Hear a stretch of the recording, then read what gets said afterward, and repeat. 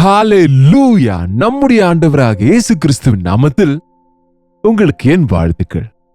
Good morning. இந்த விலையேற பெற்ற நாள், உண்மையிலே என்னுடைய வாழ்க்கையில இது விலையேற பெற்ற நாள்.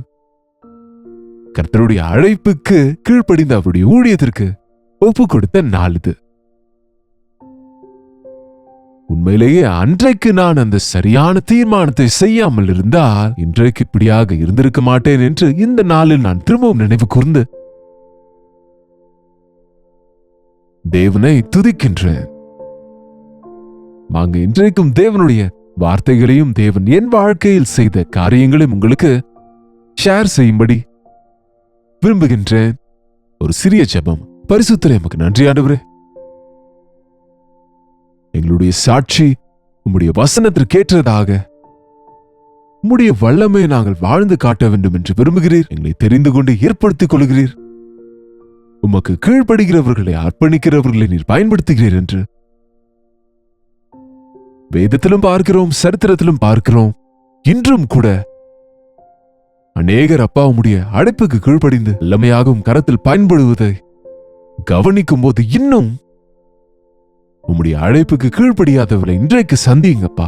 இவங்களை இயேசுவின் நாமத்தில் கேட்கிறோம் பிதாவே, ஆமென். தேவனுடைய அழைப்பு உங்களுக்கு இருக்கிறதா? தேவனுடைய ஊழியம் செய்ய ஆசை இருக்கிறதா? அநேகர் இன்றைக்கு ஊழியம் செய்கிறோம் என்று சொல்லுகிறார்கள். ஆனால் ஊழியம் என்றால் என்ன? தேவனுடைய அழைப்பு என்றால் என்ன? தேவனுக்கு கீழ்ப்படிவது என்றால் என்ன? தேவன் எப்படி ஆசீர்வதிப்பார், எப்படி உயர்த்துவார் என்பது அநேகர் இன்றைக்கு சரியான புரிதல் இல்லாமல் இருக்கிறாங்க. ஒரு மெடிக்கல் காலேஜ்ல படிக்க நினைக்கிறவர்கள் அவங்க படிக்கிறதெல்லாம் முதல் நாளே என்னென்ன படிக்க வேண்டும், என்னென்ன சப்ஜெக்ட்ஸ் இருக்கும், எப்படி இருக்கும் கிளாஸஸ் என்று அங்க இருக்கிற வார்த்தைகள் எல்லாம் முதல் நாளே கற்றுக்கொள்ள நினைத்தால் முடியுமாங்க? நீ முதல்ல ஜாயின் பண்ணுப்பா. நீ படித்துக் கொண்டு போகும்போது ஒவ்வொன்றா உனக்கு தெரியப்படுத்தப்படும். சேம்வே தேவனுடைய ஊழியம் என்றால் முழுமையாக நமக்கு தெரியாது. நாம் அவருடைய கையில் நம்மை கொடுக்கும் போது அவர் நம்மை சகல சத்தியத்திற்குள்ளும் நடத்துவார். அதுதான் என் வாழ்வில் நடந்தது. அது 1971 இதே ஜூலை 15ஆம் தேதி மெட்ராஸிலே நான் கால் வைத்த நாள். தேவனுடைய அழைப்பை பெற்றுக்கொண்டு அவருடைய ஊழியத்துக்கு ஒப்பு கொடுத்து என்னுடைய எல்லாவற்றையும் விட்டு அம்மா, அப்பா, தம்பிகள், தங்கைகள், படிப்பு, வசதியான வீடு,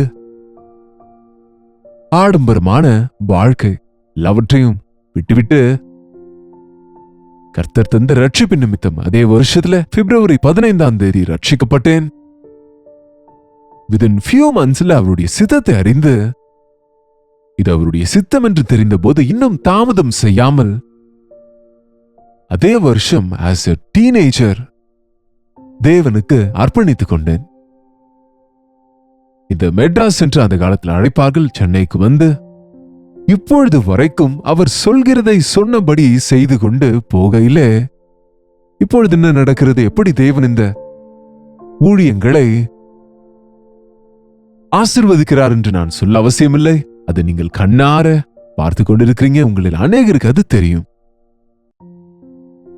இன்றைக்கு என்னமோ நான் காலையிலிருந்து ஜெபித்துக் கொண்டிருக்கும் போது சங்கீதம் 91 என் கண்களுக்கு முன்பு வெளிப்பட்டது. நாம் ஏதோ ஊழியத்துக்கு வந்தோம், ஊழியம் செய்தோம், ஏதேதோ தேவனுக்காக செய்கிறோம் என்று நினைப்பது முக்கியம் அல்ல. அவர் கைகளில் நாம் விடும்போது அவர் பயன்படுத்துகிறார், அவர் காப்பாற்றுகின்றார், அவர் நம்முடைய தேவைகளை அவர் சந்திக்கிறார், அவர் நம்மை நடத்துகிறார், நம்மை தப்புவிக்கிறார், நம்மை பயன்படுத்துகிறார் என்பது ரொம்ப பெரிய விஷயம் என்று நான் உணர்கிறேன்.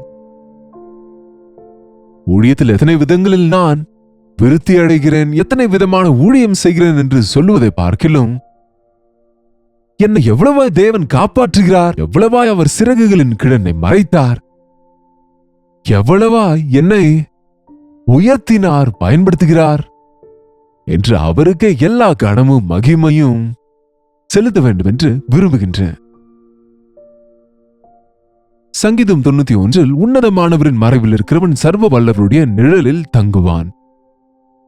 நான் கர்த்தரை நோக்கி, நீர் என் அடைக்கலம், என் கோட்டை, என் தேவன், நான் நம்பி இருக்கிறவர் என்று சொல்லுவேன். இந்த 55 வருடங்களும் அவருடைய சிறகுகளின் கீழ் என்னை மறைத்து வைத்தாருங்க என் ஆண்டவர். ஒரு டீனேஜராக ரட்சிக்கப்பட்டு ஆண்டவரை சார்ந்து கொண்ட போது, அவர் சித்தத்துக்கு கீழ்ப்படிந்த போது, அவர் அரவணைப்புக்குள் வந்த போது, அவர் தம்முடைய சிறகுகளுக்குள்ளே என்னை மறைத்து என் மனதுக்கு நிம்மதியையும் திருப்தியையும் முதலாக கொடுத்தாருங்க. உலகம் பக்கம், பாவத்தின் பக்கம் பார்க்காமல் அவருக்காக வாழ வேண்டும் என்ற ஆசையை உண்டாக்கினார். அது உண்மையிலேயே எவ்வளவு பெரிய பாக்கியம் என்று நான் நம்புகின்றேன். நீர் என் அடைக்கலம், என் கோட்டை, என் தேவன், நான் நம்பி இருக்கிறவர் என்று சொல்லுவேன். அவர் உன்னை வேடனுடைய கண்ணிக்கு தப்புவிப்பார். அவர் வேடனுடைய கண்ணியிலிருந்து உன்னையும் என்னையும் அவர் தப்புவிப்பார். என்னை விடுவித்தார். ஒரு வாலிபனாக ஊழியம் செய்வது என்பது அவ்வளவு சுலபம் அல்லங்க. ஒரு டீனேஜ்ல இருக்கிற வாலிபன் உலக ஈர்ப்புகளுக்கும் மாம்ச இச்சைகளுக்கும் கீழ்ப்படியாமல் சிலுவை எடுத்துக்கொண்டு ஆண்டவரை பின்பற்றுவது என்பது பெரிய பாக்கியங்க. அது நம்மால் முடியாது. சாத்தான் எத்தனை விதங்களில் வாலிபர்களை இன்றைக்கு கவர்ந்து இழுக்கிறான் பாருங்க, வழி மாறி போக செய்கிறான் பாருங்க. ஆனால் எனக்கோ தேவன் 10 வருஷங்கள் தேவனுடைய பிள்ளைகளின் கண்காணிப்பிலே, தேவனுடைய ஆலயத்தில சென்னையில இருக்கிற பாக்கியம் எனக்கு தந்தாருங்க. என் அகந்தை கொள்ளவும், சுயநலத்தை சிலுவையில் அறையவும், மாம்ச இச்சைகள், உலக ஆசைகளுக்கு இடம் கொடுக்காமல் ஆத்துமாக்களுக்கான தாகத்தோடு அந்த காலத்திலேயே தெருக்களுக்கு சென்று சுவிசேஷத்தை அறிவிக்க, வசனத்தை முழங்காலில் வாசிப்பதற்கு அதிகாலமே எழுந்து ஒவ்வொரு நாளும் தேவ சமூகத்திலே மன்றாடவும் ஜெபிக்கவும் வாலிப காலம் முழுவதும் தேவன் மறைத்து வைத்தார். என்னை எல்லா விதத்திலும் ஒழுங்குபடுத்தினார். என்னை கடினமாய் சிக்ஷித்து கண்டித்து அவ்வப்போது என்னை திருத்தக்கூடிய தேவ ஊழியர்களின் நிமித்தம் எப்பொழுதும் தேவனை நான் துதிப்பேன். உடையாமல், கீழ்ப்படியாமல், பணிவிடை செய்கிறவர்களாக இல்லாமல் யாரும் ஊழியக்காரர் ஆக முடியாது. ஒரு தலைவனாக முடியாது. தேவன் பயன்படுத்த முடியாது என்பது கவனிக்கிறோம். இன்றைக்கு அப்படிப்பட்ட ஆசை அநேகருக்கு இல்லை. ஏசாண்டவரே இந்த உலகத்துக்கு வந்து அவருடைய 30 வயது வரைக்கும் மறைந்திருந்தார். என் வாழ்க்கையிலும் அதே நடந்தது. என்னுடைய 30 வயது வரைக்கும் அநேக விதமான ஊழியங்களை செய்தேன். ஆனால் மறைந்திருந்து செய்தேன். நீலகிரி மலைகளில் இருக்கிற இருளர் மக்கள் இடையே, தமிழ்நாட்டில் இருக்கிற சில கிராமங்களில், சென்னையில் இருக்கிற தெருக்களில, சிறைச்சாலையில, ஹாஸ்பிட்டல்ஸ்ல, ஸ்லம்ஸில், எங்கே என்றால் அங்கே சென்ற ஆத்துமாக்களை, அழிந்து போகிற ஆத்துமாக்களை கர்த்தருக்காக சம்பாதிக்க வேண்டும் என்ற ஆசையோடு சுவிசேஷத்தை அறிவிக்க, அவர்களுக்காக ஜெபிக்க, அன்றைக்கு சம்பாதித்த ஆத்துமாக்கள் தான் இன்று வரை சென்னையில இந்த ஊழியத்துக்கு மூலமா இருக்கிறாங்க. அவர்களும் அவங்க பிள்ளைகளும் அவங்க பிள்ளைகளும் அவங்க பிள்ளைகளும் இன்றைக்கு இந்த ஊழியத்தில் உதவியா இருக்கிறாங்க. 30 வயது இருக்கும்போது எனக்கு தேவன் என் வாழ்க்கையில ஒரு புதிய அதிகாரத்தை திறந்தார். என்னுடைய திருமண காரியத்தில் என் பெற்றோர் ஜெபித்து திருமணம் செய்து வைத்தார்கள். என் 30ஆம் வயதிலே எனக்கு திருமணமானது. விசுவாசியோடு, தேவ சித்தத்திலே, தேவனுடைய ஆசீர்வாதத்தோடு நாங்கள் இருவரும் சேர்ந்து ஜெபித்த, ஆண்டவரே உம் சித்தம் என்ன, நெக்ஸ்ட் ஸ்டெப் என்ன என்று கேட்டபோது தேவன் ஒரு நல்ல வாக்குத்தத்தம் தந்தார். உண்மையிலேயே தேவன் பாருங்க, வாக்கு தந்தால் அவர் உண்மையுள்ளவர். தேவனுடைய வார்த்தைகள் நம்பத்தக்கவைகள். எசாயா 55. எசாயாவின் புத்தகம் 55ஆம் அதிகாரம் 4ஆம் வசனம். இதோ அவரை ஜனக்கூட்டங்களுக்கு சாட்சியாகவும் ஜனங்களுக்கு தலைவராகவும் அதிபதியாகவும் ஏற்படுத்தினேன். அதுவரைக்கும் நான் ஒரு தேவ ஊழியருக்கு அக்கவுண்டபிளாக ஒருவருக்கு கணக்கு சொல்ல வேண்டியவனாக, தேவ ஊழியர்களுடைய கண்காணிப்பின் கீழாக, நான் அவர்களுடைய கண்டிப்புகளின் கீழே நான் அடங்கி இருந்து வந்தேன். இப்போது திருமணமான பிறகு ஆண்டவரே உம் சித்தம் என்ன என்று ஜெபித்த போது தெளிவாக தேவன் சொன்னார், இதோ ஜனங்களுக்கு சாட்சியாகவும் அவரை ஏற்படுத்தினேன், ஜனங்களுக்கு தலைவராக அதிபதியாகவும் நான் நியமித்தேன். I'll make him a leader. ஒரு இண்டிபெண்டன்ட் மினிஸ்ட்ரியை தொடங்குவதற்கு ஆண்டவர் வாக்குத்தத்தம் தந்தார். நான் ரட்சிக்கப்பட்ட போது எனக்கு தந்த வாக்குத்தத்தம் எரேமியா புத்தகம் 1ஆம் அதிகாரம் 4ஆம் வசனம். நான் உன்னை தாயின் வயிற்றில் உருவாக்கும் முன்னே உன்னை அறிந்தேன், நீ கர்ப்பத்திலிருந்து வெளிப்படும் முன்னே நான் உன்னை பரிசுத்தம் பண்ணி உன்னை ஜாதிகளுக்கு தீர்க்கதரிசியாய் உன்னை கட்டளையிட்டேன் என்கின்ற வாக்கு தந்தார். ஆனால் அந்த வாக்குத்தத்தங்கள் 10 வருஷங்களில் நிறைவேறியது போல ஒன்றும் தெரியவில்லை. தேவன் ஆயத்தப்படுத்திக் கொள்கிறார் என்ற விஷயம், அந்த பாரத்தை கர்த்தர் தந்தார் என்ற விஷயத்தை உணர்ந்தேன். இப்பொழுது இன்னும் தெளிவாக தேவன் ஒரு வாக்குத்தத்தம் தந்த உடனே நிறைவேற வேண்டும் என்று நினைப்போம். 10 வருஷங்களுக்கு பிறகு he confirmed that promise with another promise. Step by step தேவன் நம்மோடு பேசுவார், நடத்துவார் என்பதை நான் உணர்ந்திருக்கிறேன். அதுவரைக்கும் யாருக்கும் தெரியாதவனாய் மறைந்திருந்து ஊழியம் செய்த எனக்கு திடீரென்று ஒரு புதிய ஊழியத்தை தொடங்க சொன்னால் புரியவே இல்லைங்க. எப்படி தொடங்க வேண்டும், எங்கு தொடங்க வேண்டும்? நமக்கு அனுகூலமா இருக்கிற இடத்துல சென்னையிலேயே சபையை தொடங்கலாம் என்று நினைப்போம் இல்லையா? தெளிவாக தேவன் ஒரு தொலைதூர கிராமத்தை வெஸ்ட் கோதாவரியில காண்பித்தார். அந்த சிறிய கிராமத்திலே ஊழியத்தை நாங்கள் தொடங்கினோம். இதெல்லாம் உங்களுக்கு நான் அநேக முறை சொல்லியிருக்கிறேன். நீங்க வெப்சைட்டுக்கு சென்றால் you can see the full testimony. எவ்வளவு பிரிய தேவன் என்றால் அவருடைய அழைப்பு எவ்வளவு உயர்ந்ததென்றால் கிட்டத்தட்ட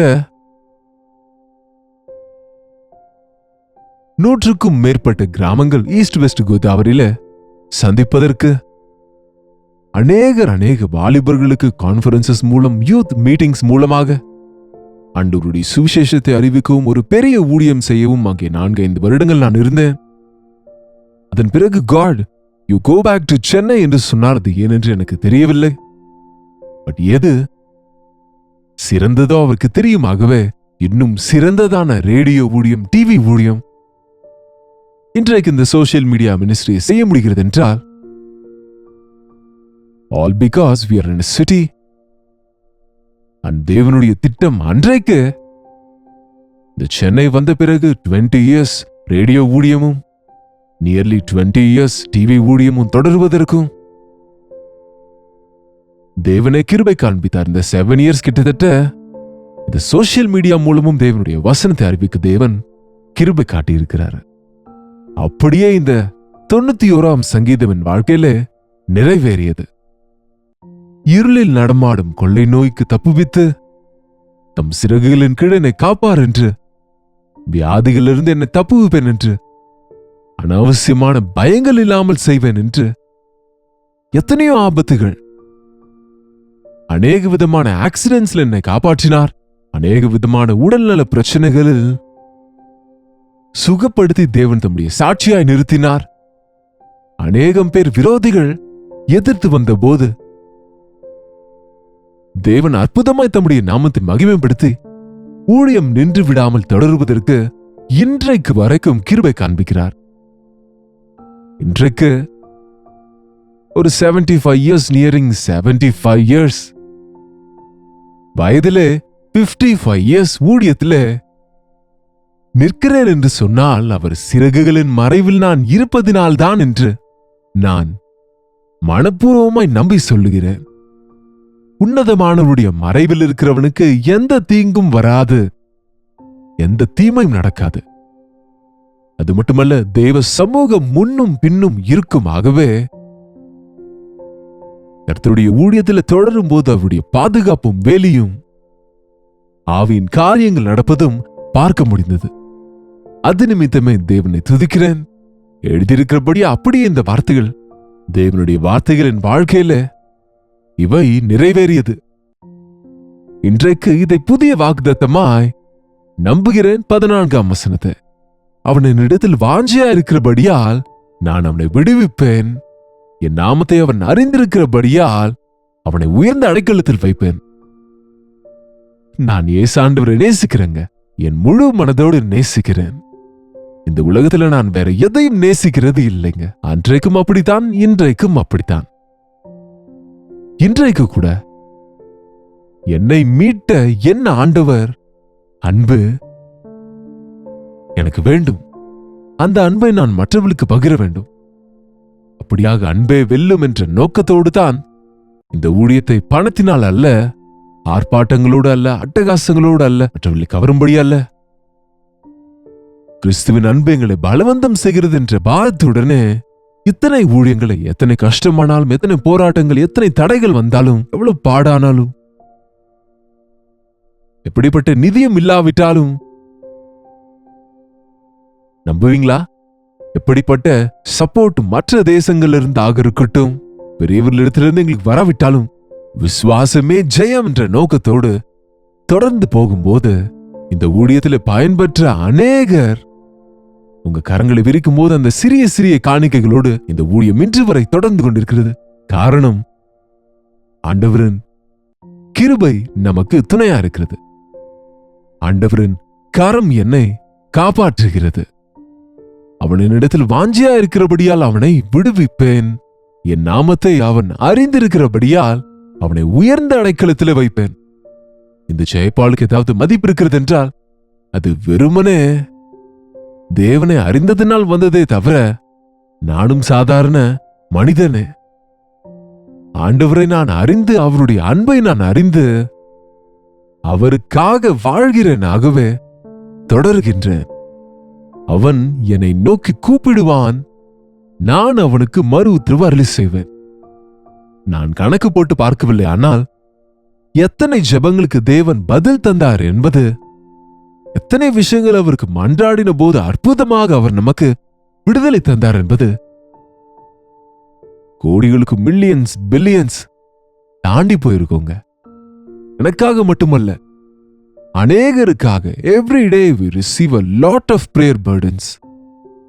அவளுக்காக தேவ சமூகத்திலே ஒரு வார்த்தை ஜெபித்தாலும் அற்புதமாய் பதில் தருகிறார் என்பது உங்களுடைய சாட்சி நிமித்தம் தெரிகிறது. அது நிமித்தம் தேவனை துதிக்கின்றேன்.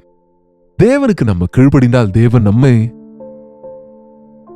ஆசீர்வதிப்பாருங்க. தேவனை நம்ம நேசித்தா நம்மை அவர் தப்புவிப்பார். தேவனை அறிந்தால், அவர் வல்லமையும் அவர் பலத்தையும் அறிந்தால் நாம் தேவனுக்காக பெரிய காரியங்களை செய்ய முடியும். ஒரு சாதாரணமான சின்ன கிராமத்திலே ஊழியத்தை தொடங்கிய போதும் ஆண்டவர் துணையா இருந்தபடியால் படிப்படியாக தேவன் அக்ராஸ் த குளோப் அநேகருக்கு இன்றைக்கு ஆசீர்வாதமாக செய்திருக்கிறார்.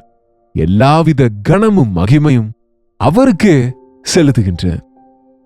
என் வாழ்க்கை முழுவதும் ஆர்ப்பாட்டங்களோடு, பெரிய கொண்டாட்டங்களோடு ஒன்றுமில்லை. அநேக பாடுகள் இருந்தது. ஸ்கிரீனுக்கு பின்னால் எவ்வளவோ போராட்டம், வேதனை, தேவ சமூகத்தில் மன்றாட வேண்டிய விஷயங்கள் எத்தனையோ அது இருக்கிறது. ஆனால் மன்றாடும் போதெல்லாம் பதில் கொடுக்கிறார். அது மாத்திரமல்ல, ஆபத்தில் நானே அவனோடு இருந்து அவனை தப்புவித்து அவனை கனப்படுத்துவேன். ஆபத்திலே நானே அவனுக்கு துணையாயிருப்பேன். அதனாலதான் எத்தனையோ முறை ஊழியத்தை நிறுத்த வேண்டும் என்று நினைத்தாலும், ஒவ்வொரு ஊழியத்தை நிறுத்த வேண்டும் என்று நினைக்கும் போது, இந்த டிவி ஊழியத்தை செய்ய முடியாது என்று நினைக்கிற போது, ஒரு சில முறை இந்த ஊழியமே செய்ய முடியாது என்ற நிலைமைக்கு சென்று விடும்போது, ஆண்டவரே என்று மன்றாடினால் ஆண்டவர் தப்புவித்து ஊழியத்தை நிறுத்தி விடாமல் தொடருவதற்கு இன்றைக்கு வரைக்கும் கிருபை காண்பிக்கிறார். அது நிமித்தம் எல்லா கணமும் அவருக்கே உண்டாவதாக. நீடித்த நாட்களால் நான் அவனை திருப்தியாக்குவேன் என்ற வாக்குத்தத்தத்தை கர்த்தர் எனக்கு கொடுத்ததாக இன்றைக்கு நான் வாழும் நாட்கள் முழுவதும் அவருக்காகவே வாழும்படி, அவருடைய சாட்சியாக கடைசி வரை வாழும்படி நீங்களும் கூட உங்களுடைய ஜெபத்திலே நினைத்துக் கொள்ளுங்க. வாலிபர்களே, வாழ்க்கையை வீணடித்துக் கொள்ளாதீங்க. தேவனுடைய கரத்துல வைங்க. அநேகருக்கு நீங்க ஆசீர்வாதமாக மாறுவீர்கள். ஜெபிப்போம். பரிசுத்தரே, எமக்கு நன்றி ஆண்டவரே. உம்முடைய சிறகுகளின் கீழ் மறைந்திருக்கிறவனுக்கு எவ்வளவு பாதுகாப்பு, எவ்வளவு காவலப்பா. உம்மை சார்ந்து கொள்கிறவர்களுக்கு எவ்வளவு நன்மைகளப்பா. உம்மிடத்துல ஜெபிக்கிறவர்களுக்கு எத்தனை பதில்கள் ஐயா. நீரே என் அடைக்கலம், என் கோட்டை, என் தேவன், எனக்கு எல்லாம் என்று சொல்லும் போது மனுஷருடைய உதவியை பார்க்கிலும் உம்முடைய உதவி எவ்வளவு பெரியதென்று நிரூபிக்கிறீரே. இத்தனை வருஷங்களாக உமக்காக வாழ்வதற்கு, நீர் ஒப்பு கொடுத்த ஊழியத்தை செய்வதற்கு, சுவிசேஷத்தை அறிவிப்பதற்கு, அநேக ஆத்துமாக்களை ரட்சிப்புக் கொள்ளே நடத்துவதற்கு, இன்னும் அநேகரை ஆவிக்குரிய விதத்தில் பலப்படுத்துவதற்கு, நீர் துணையாயிருப்பதற்கு, நீர் கிருபை காண்பித்ததற்கு, என்னை பலப்படுத்துகிற கிறிஸ்துவினால எல்லாம் செய்வேன் என்ற வார்த்தையோடு இன்றைக்கு உமக்கே கனமும் மகிமையும் செலுத்துகின்றேன்.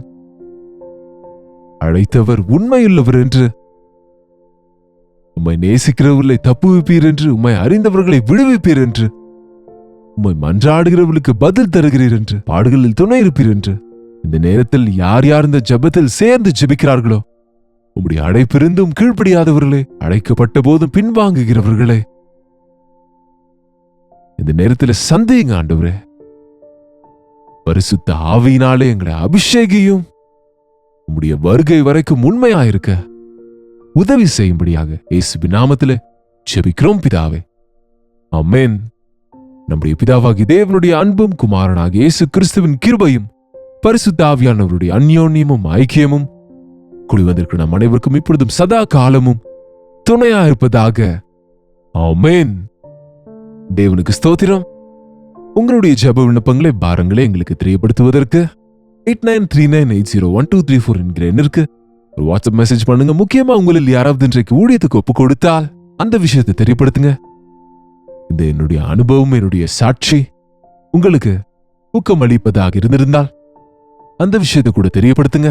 உங்களுடைய ஜெபத்திலே இந்த ஊழியத்திற்காக மட்டுமல்ல, எனக்காகவும், என் குடும்பத்திற்காக, என் பிள்ளைகளுக்காக, அவங்க குடும்பங்களுக்காகவும் ஜெபிங்க. நாங்கள் அனைவரும் கடைசி வரைக்கும், நானும் என்னுடைய வீட்டாரும் கர்த்தரையே சேவிப்போம் என்ற வார்த்தையோடு முன் செல்கிறோம். தேவ கிருபையில பத்திரப்படுத்தப்படும்படி எங்களுக்காகவும் நீங்க ஜெபித்துக் கொள்ளுங்க. பிறகு சித்தமானால் இன்றைக்கு All India Christian leaders summit விஜயவாடாவில் நடக்கிறது இல்லையா?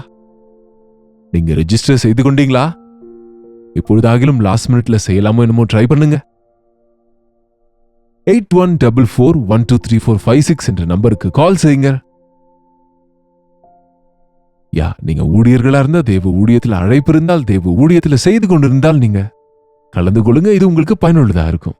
அது மாத்திரமல்ல, நினைவில் கொள்ளுங்க, விஜயவாடா சுற்றி இருக்கிற பகுதிகளில் இருக்கிற அனைவரும் இன்று சாயங்காலம் விஜயவாடாவில் தி வென்யூ கன்வென்ஷனில் நாம் எல்லாரும் கூடி தேவனை துதிப்போம். இன்னும் விவரமாக தேவனின் காரியங்கள், தேவன் செய்த நன்மைகளை நினைவு கூறுவோம்.